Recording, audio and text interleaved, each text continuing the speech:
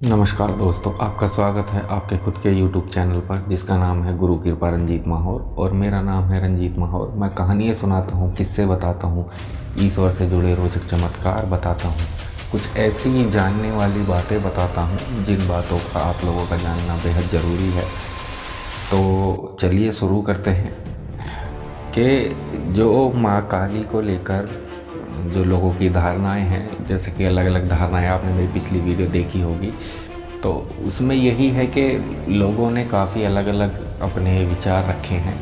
ठीक है, कौन किस रूप से लेता है, किस तरीके से मानता है लोग, ये सबकी अलग अलग सोच है। देखो, सबकी सोच तो मैं नहीं बदल सकता, लेकिन जो ये मेरी वीडियो देख रहे हैं उनसे मेरा हाथ जोड़कर प्रार्थना है कि आप लोग अच्छी धारणा रखें, महाकाली को लेकर कोई गलत भावना ना रखें। ठीक है, तो चलिए मैं इसी से ही आपको एक किस्सा सुनाता हूँ। ठीक है, तो महाकाली जो हैं बहुत शक्तिशाली हैं। और दूसरी बात ये कि इनका जो रूप है, कई अनेक रूप हैं। वो तो इनके सौम्य रूप भी हैं, विकराल रूप भी हैं। अब आप किस रूप में उनकी सेवा करना चाहते हो ये आपके ऊपर निर्भर है। तो जब महाकाली की जो सवारी होती है, लोगों पर आती है, बहुत से लोग बताते हैं मेरे पर महाकाली आई है या फलानी औरत पर काली आई है। जागरण में भी माता रानी आ जाती हैं। ठीक है, तो लोगों की अलग अलग धारणाएं हैं, क्योंकि मैं किसी की धारणा को ठेस नहीं पहुंचा सकता, ना ही किसी की भावनाओं को मेरा ठेस पहुंचाने का कोई ये माध्यम है, ना ही मेरी कोई ऐसी बात है जो किसी को बुरी लगे। अगर किसी को बुरी भी लगती है तो मैं हाथ जोड़कर उनसे क्षमा मांगता हूँ। तो मेरा एक मित्र था जो काफ़ी साल से हम मिले नहीं थे, लेकिन एक मन में एक बात थी कि चलो किसी दिन मैं उसके घर होकर आऊँ, उससे मिलकर आऊँ, काफ़ी दिन हो गए थे। तो अचानक ही एक दिन मेरे मन में ऐसी एकदम विचार बना कि चलो आज उससे मिलकर आते हैं। तो मेरे मन में अचानक ही ये परिवर्तन हुआ, क्योंकि उसके साथ जो समस्या चल रही थी वो काफ़ी विकट समस्या थी। क्योंकि वो इन चीज़ों को, पहली बात तो ये, वो इन चीज़ों को मानता नहीं था, किसी भी देवी देवताओं को। ये मान के चलिए कि 100 में से 10% वो इन चीज़ों को मानता था, बाकी नहीं मानता था। और यही था कि उसके मन के अंदर क्या चल रहा था ये किसी को नहीं पता था, उसके घर वालों को भी नहीं पता था। तो काफ़ी वो, यानी कि एक तरीके से दारू वगैरह पीता था और घूमना फिरना, यार दोस्तों में रहना, लेट घर आना। ठीक है, तो इस तरीके से वो रहता था, उसका स्वभाव ही ऐसा था। तो उसके माँ बाप ने ये सोचा कि चलो इसकी शादी कर देते हैं, ना जाने इसमें सुधार कुछ आ जाए और ये इसके शादी करने के बाद ये बदल जाए, थोड़ा अपनी गृहस्थी पर ध्यान दे। काम धंधा भी नहीं वो करता था। तो उसके घर वाले माँ बाप जो थे वो काफ़ी परेशान थे। तो उन्होंने उसकी जैसे तैसे करके उसकी शादी कर दी। और उसकी शादी होने के बाद मैं भी गया था उसकी शादी में, मेरे पास इनविटेशन आया था, उसने इनविटेशन भेजा था तो मैं भी गया था। तो जब काफ़ी समय हो गया था तो उससे मिलने के लिए मेरा मन अचानक ही हो गया। मैंने आपको पिछली वीडियो में बताया था ना कि जब ऊपर वाला किसी से कुछ करवाता है या किसी की मदद करवानी होती है, किसी का भला करना होता है, या A to Z कोई भी बात होती है, तो ऊपर वाला हमारे अंदर, यानी हमारी मदद कैसे करता है, हमारे मन के अंदर ऐसा परिवर्तन कर देता है कि अगर कोई परेशान है तो उस शख्स से हम कैसे मिलें, एक तरीके से एक रास्ता खोल देता है। यानी कि उसकी हमें याद ज़्यादा आने लगती है कि यार एक मेरा मित्र था, या जो भी कोई है आपके उसमें रिलेटिव में कोई परेशान है, तो एक तरीके से मन करने लगता है कि चलो यार उससे मिल आते हैं। लेकिन वहाँ जाकर पता लगता है कि यार वो तो परेशान है वाकई में। तो फिर हम कहते हैं ना, यार मेरा काफ़ी दिन से मन परेशान था, तेरे से मिलने को कर रहा था। तो इस तरीके की धारणाएं उत्पन्न हो जाती है मन के अंदर। तो मेरा मन करा, फिर मैं उससे मिलने के लिए गया।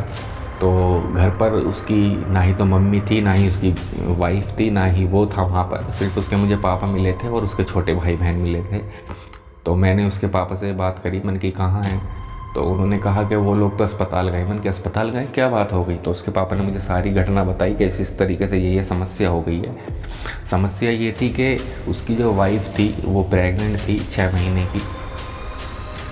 तो उनके साथ समस्या ये हो गई थी कि जो उनका बेबी था उसमें कुछ समस्या उत्पन्न हो गई थी, तो उन्हें अस्पताल ले जाया गया था। तो मैंने कहा चलो ठीक है अंकल, मैं वहीं जाकर मिल लेता हूँ। तो फिर मैं अस्पताल पहुँचा। पहुँचने के बाद उसके पापा ने मुझे बता दिया था कि कौन से अस्पताल में है। मैं वहाँ पहुँच गया। पहुँचने के बाद मैंने उससे बातचीत करी। मैंने कहा यार क्या समस्या होगी तो मुझे तो फ़ोन कर देता। तो उसने कहा यार एकदम सब कुछ ऐसा हो गया, मेरे दिमाग में नहीं आई बात। फिर मैंने कहा चलो खैर छोड़ो कोई बात नहीं। मैंने कि अब कैसी है तबीयत? तो उन्होंने कहा कि यार बड़ी विकट समस्या है, अभी डॉक्टर भी अंदर हैं, डॉक्टर नहीं अंदर है, अभी कुछ समझ में नहीं आ रहा है। तो मैंने कहा चलो ठीक है कोई बात नहीं, बैठते हैं। तो हम वहीं हॉल में बैठ गए, जो वहाँ का हॉल होता है जहाँ ब्रेंच वगैरह पड़ी रहती हैं, हम वहाँ बैठ गए। तो हम ऐसे बातचीत कर रहे थे, तो अंदर से एक नर्स आई। नर्स ने मेरे दोस्त को बुलाया कि आपको डॉक्टरनी मैडम बुला रही हैं। तो वो अंदर गया, उससे उनकी बातचीत हुई। तो मैं तो बाहर ही बैठा था। तो वो फिर जब अंदर से आया डॉक्टरनी के पास से, तो काफ़ी परेशान था, उसके चेहरे पर साफ दिखाई दे रहा था। एक तरीके से उसकी हालत एक तरीके रोने जैसी हो रही थी। तो मैंने उससे पूछा क्या बात होगी, क्या बताया डॉक्टरनी ने? तो उसने कहा यार बड़ी ये तो समस्या हो गई।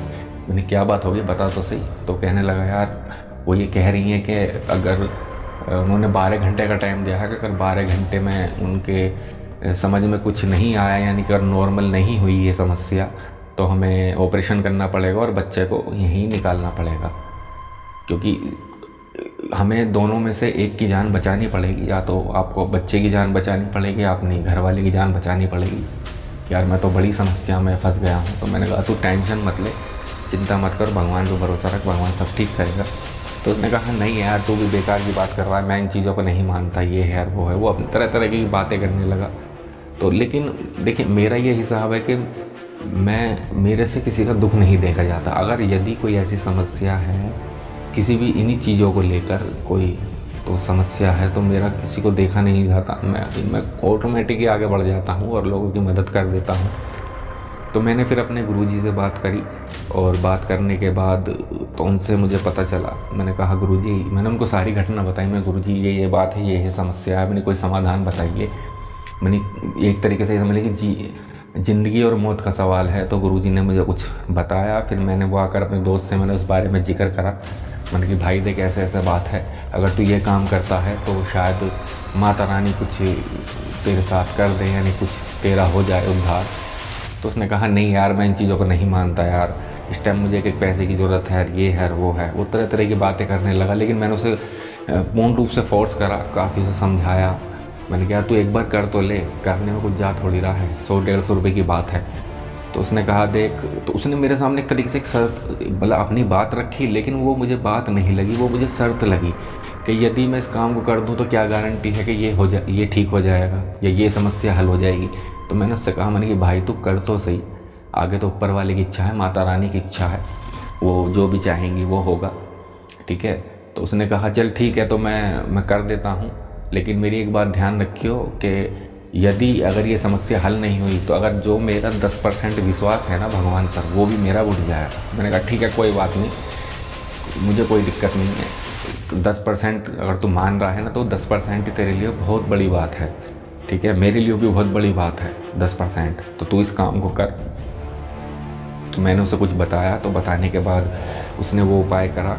उपाय क्या था कि मैंने उससे एक नारियल मंगवाया, और नारियल 1.25 मीटर काला कपड़ा मंगवाया, एक कलावा मंगवाया, और उस पर मैंने 51 रुपये बंधवाए। मैंने कि 51 रुपये इसमें नारियल पर रख के कलावे से लिपेट के 7 दफ़े, और फिर ऊपर से 1.25 मीटर काले कपड़े में बांध कर इसे तू अपने घर के मंदिर में रख और महाकाली का ध्यान लगा, उनसे प्रार्थना कर, तेरी जो भी समस्या है उस समस्या को रख। और समस्या एक ही है इस टाइम, तेरे अपने बीवी बच्चे की तुझे अपनी चिंता है, उनके प्राण की चिंता है, तो उनके बचाव के लिए ये प्रार्थना कर।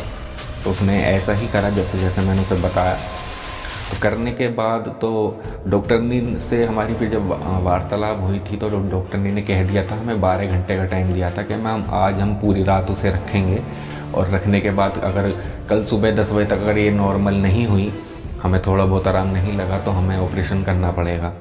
तो उसने कहा कि ठीक है जी, आप देख लीजिए, आपको जैसा ठीक लगे। तो उससे पूछा गया था कि आपको किसको बचाना है, तो उसने कहा कि मैं अब 6 महीने, हमें तो दोनों ही सुरक्षित चाहिए थे। हमने यही बात जब माता रानी का नारियल उठाकर रखवाया था, मैंने यही बात उससे बोलवाई थी कि मुझे दोनों ही सही चाहिए, सही सलामत चाहिए। और जब उसने वो क्रिया करी थी, यानी कि वो नारियल उठा कर रखा था, वो रो भी रहा था अंदर ही अंदर, लेकिन उसके आंसू मुझे आँखों में आंसू भर रहे थे, लेकिन वो नीचे गिर नहीं रहे थे, लेकिन उसकी आंखों में आंसू थे, मुझे साफ दिखाई दे रहा था। तो डॉक्टर ने कहा कि आपको फैसला करना होगा। तो उसने कह दिया कि अगर ये समस्या अगर इस तरीके से हल होती है तो आप सुबह ऑपरेशन कर दीजिएगा और मेरी घरवाली को बचा लीजिएगा। तो उन्होंने कहा ठीक है। तो अब तो हमारी छुट्टी हो गई है, यानी कि काफ़ी टाइम हो गया था। तो उस टाइम डॉक्टर उठ जाते हैं, डॉक्टर हो या डॉक्टर नहीं वो उठ जाते हैं। तो उन्होंने कहा मैं तो उनसे हमने पूछा मैडम से कि मैडम आप सुबह कितने बजे आती हो? कि मैं 9:30 बजे मेरी ड्यूटी है, यानी कि 9:30 बजे वो राउंड मारती हैं सुबह के। तो मैंने कहा ठीक है। तो हम फिर रात भर वहीं रुके, मैं भी उसके साथ रुका। मैंने कहा तू चिंता मत कर, माता रानी सब ठीक करेंगी। तो देखिए यहाँ सुनने वाली बात है, जब चमत्कार होते हैं ना, ईश्वर जब अपनी कृपा दिखाता है तो अंधे को भी आंखें दे देता है, ठीक है ना। तो इसमें कोई ऐसी बड़ी बात नहीं है कि आप लोग ये सोचें कि ऐसा कैसे हो सकता है। अगर आप विश्वास करोगे तो सब कुछ हो सकता है। अंधे को आगे दे सकता है, बहरे को कान दे सकता है, गूंगे को जुबान दे सकता है। ये है ऊपर वाले की शक्ति, ठीक है, अगर आपकी भावना सच्ची है तो फिर उसने हम पूरी रात वहाँ रुके हम दोनों। फिर हम इंतज़ार करते रहे कि कब सुबह होए कब सुबह होए, क्योंकि हमें चिंता यही थी कि दोनों ही ठीक हों। हमारी तो यही प्रार्थना थी महाकाली से। तो फिर हुआ ये था कि जब सुबह हो गई तो फिर कंपाउंडर जो लेडीज़ कंपाउंडर होती हैं, यानी कि नर्स जो होती हैं, वो बीच बीच में चक्कर लगाती रही। उनसे हम पूछते रहे कि मैडम सब कुछ ठीक है, मैडम सब कुछ ठीक है। तो उन्होंने कहा अभी तक तो ठीक है, वो सो रही हैं या लेट रही हैं या बैठी हैं या उठ रही। उनसे हमें खबर मिलती रही, क्योंकि अंदर जो था वो मेरे दोस्त की मम्मी थी वहाँ पर उसके पास, क्योंकि अंदर वो लेडीज़ रूम था जो मतलब था वहाँ का अस्पताल का, उसमें लेडीज़ थी। तो उसमें हम नहीं जा सो सकते थे या बैठ सकते थे जाते थे, क्योंकि वो लेडीज़ कंपाउंडमेंट था एक तरीके से। जो रूम था वो जनरल रूम जो था लेडीज़ों का था, तो उसमें सिर्फ लेडीज़ ही रुक सकती थी। अब देखो ठीक भी है, क्योंकि लेडीज़ के साथ लेडीज़ रुके तो ज़्यादा अच्छा है। तो फिर हम दोनों बाहर बैठे रहे ब्रेंचों पर। हम दोनों ने पूरी रात इसी तरीके से काट दी। और फिर जब सुबह हुई तो हमें अब यही दिमाग में सबसे ज़्यादा इस टाइम मेरे को टेंशन हो रही थी कि मेरे गुरु की बात गिर ना जाए, या मेरे गुरु की बेइज्जती ना हो जाए, या महाकाली की कोई ऐसी बात ना हो जाए कि माँ के जो प्रति मेरा मन है, मेरा भाव है, मेरा प्रेम है, वो एक तरीके से टूट जाए। लेकिन मुझे पूर्ण रूप से विश्वास था कि माँ मुझे कभी निराश नहीं करेगी, मेरे गुरुदेव भी मुझे कभी निराश नहीं करेंगे। और हुआ भी देखिए ऐसा ही। जब सुबह डॉक्टरनी आई, उन्होंने आकर नर्सों से पूछताछ करी कि रात को मतलब उनकी कंडीशन कैसी रही। तो नर्सों ने बताया कि मैडम रात भर तो ठीक रही हैं और आप एक बार चेकअप कर लीजिए, देख लीजिए। तो डॉक्टरनी ने देखा कि हाँ ये तो वाकई में अब ठीक है और इन्हें आराम भी लग रहा है। तो देखिए कहते हैं ना, दवा और दुआ दोनों का साथ साथ चलना ज़रूरी होता है। मैं ये नहीं कहता कि दवा छोड़ दो दुआ पकड़ो, नहीं, दवा भी चलाओ दुआ भी करो, दोनों ही काम करो। तो डॉक्टर को तो यही लग रहा था कि दवाई गोली से उन्हें आराम लग गया। तो हमने तो ज़्यादा जिक्र नहीं करा इन चीज़ों का, ठीक है। लेकिन हमने जो कहा था वो हमने मांगा था माँ काली से, माता रानी से, तो वो हमें मिला। तो फिर मैंने उससे कहा, जब डॉक्टर ने सब कुछ देख लिया, फिर वो अपने कैबिन में गई। कैबिन में जाने के बाद नर्स के ज़रिए मेरे दोस्त को बुलाया, तो वो गई, तो उनसे बातचीत हुई। तो मैंने जब मेरा दोस्त वहाँ से निकला तो उसके चेहरे पे हल्की हल्की सी मुस्कुराहट थी। तो मैंने उससे पूछा क्या हुआ, सब कुछ ठीक है? उन्होंने कहा हाँ सब कुछ ठीक है, बस वो आज शाम को छुट्टी दे देंगे, और यानी कि आज ऑर्डर रखेंगे वो शाम तक, और शाम को 5-6 बजे छुट्टी मिल जाएगी। मैंने कि दोनों ठीक है ना? उन्होंने कहा हाँ दोनों ठीक है, डॉक्टर नहीं कह रही है दोनों ठीक हैं। तो देखिए ये होते हैं माता रानी का चमत्कार। अब आप मानिए कि कहते हैं ना कि जिस पर बीतती है और जिसको चमत्कार दिखते हैं, ठीक है ना, किसी के साथ होते हैं, आप उनसे कभी पूछना किसी के साथ चमत्कार हुआ हो तो उनसे पूछना कि चमत्कार होते क्या हैं। अब आपके साथ नहीं हुआ तो उसमें तो मैं तो कुछ कर नहीं सकता, या तो आपकी ऐसी भावना भी नहीं है, या ऊपर वाले से आपका इतना कांटेक्ट, कोई भी शक्ति हो भावना पे चलती है। अगर आपकी भावना सच्ची है तो सब कुछ होगा, आपका काम कभी नहीं रुकेगा। लेकिन अगर आपकी भावना गलत है तो आपके कोई भी काम नहीं बनेंगे। तो इस तरीके से मेरे दोस्त की समस्या हल हुई।